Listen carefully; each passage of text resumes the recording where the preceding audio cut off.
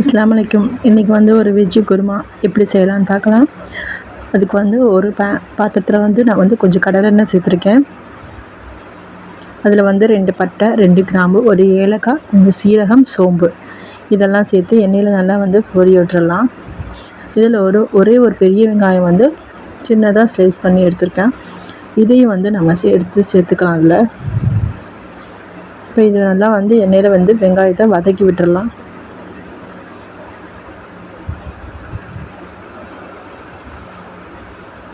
இது வந்து சிம்பிளான ஒரு குருமா தான், ஈஸியாக வச்சிடலாம். இதுக்கு வந்து நான் வந்து கேரட், பீன்ஸ், கொஞ்சம் காலிஃப்ளவர், அதோடு வந்து சிவப்பு பீன்ஸுன்னு சொல்கிற ராஜ்மா அதுவும் வந்து சேர்த்துருக்கேன். இப்போ இதுக்கு வந்து இது கூட கொஞ்சம் வந்து இஞ்சி பூண்டு பேஸ்ட்டு நம்ம வந்து சேர்த்துக்கலாம். இஞ்சி பூண்டு பேஸ்ட் வந்து வெங்காயம் வதங்கையிலே எண்ணெயிலே சேர்த்து வதக்கணும்னா அதோட பச்சை வாசனை வந்து சீக்கிரமாக போயிடும். இப்போ இதையும் நல்லா சேர்த்து நல்லா வதக்கி விட்டுறலாம் வெங்காயத்தோட. இதிலே வந்து 2 தக்காளி வந்து நான் மீடியமாக கட் பண்ணி எடுத்துருக்கேன். அந்த தக்காளி வந்து நம்ம சேர்த்துக்கலாம்.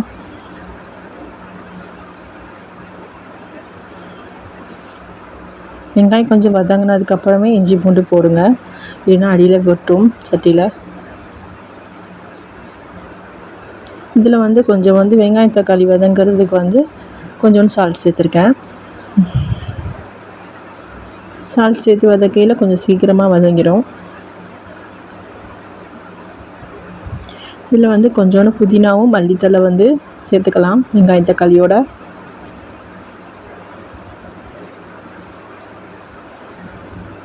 இது கொஞ்சம் வதங்கினோன்னே கேரட்டும் பீன்ஸும் கொஞ்சம் தான் எடுத்துருக்கேன் நான். இதோட வந்து அந்த சிவப்பு பீன்ஸு சொல்கிற அந்த இதையும் சேர்த்துக்கலாம் நம்ம.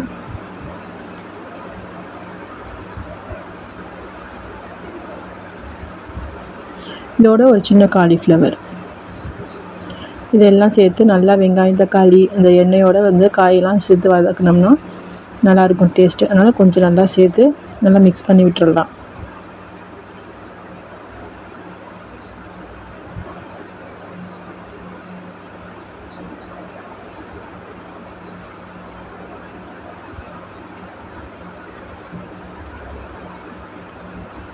இதெல்லாம் மிக்ஸ் பண்ணி விட்டுட்டு இப்போ இதுக்கு என்னென்ன மசாலா போடலான்னு பார்க்கலாம். ஒரு சின்ன ஸ்பூனில் வந்து மஞ்சத்தூள்,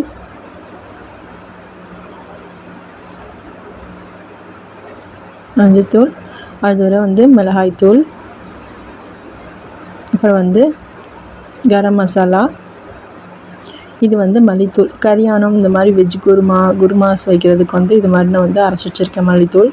இதை சேர்த்துக்கலாம். இதோட கொஞ்சம் வந்து கல் உப்பு சேர்த்து இப்போ மசாலாவோட எல்லாத்தையும் மிக்ஸ் பண்ணி விட்டுடலாம்.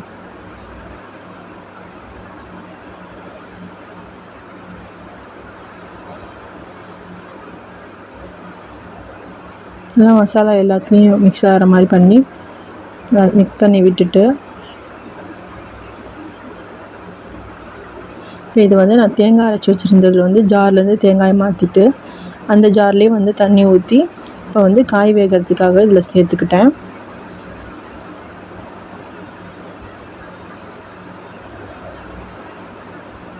நல்லா நம்ம தேவைக்கேற்ற மாதிரி எவ்வளோ குருமா நமக்கு வேணுமோ ஆனால் அதுக்கு மாதிரி நீங்கள் வந்து தண்ணி சேர்த்து இதை நல்லா வந்து காய்கள்லாம் வேக விட்டுறலாம்.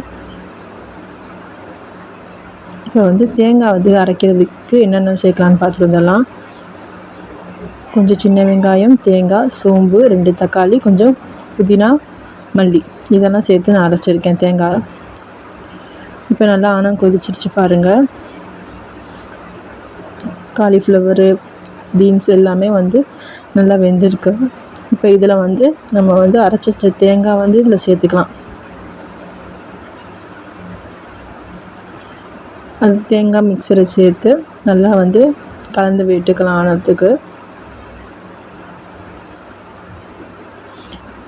இந்த குருமா வந்து நம்ம வந்து சப்பாத்தி, இட்லி, தோசை, அது இல்லாமல் நெய் சோறு இந்த மாதிரி புலாவ் செய்கிறதுக்கெலாம் வந்து இந்த ஊற்றி சாப்பிட்டா நல்லாயிருக்கும்.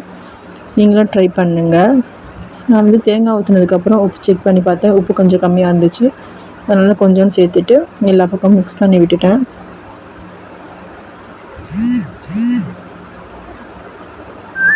அவ்வளோதான், குருமா ரெடி ஆயிடுச்சு. இப்போ கொஞ்சம் மல்லித்தலை போட்டுட்டு ஆஃப் பண்ணிடலாம்.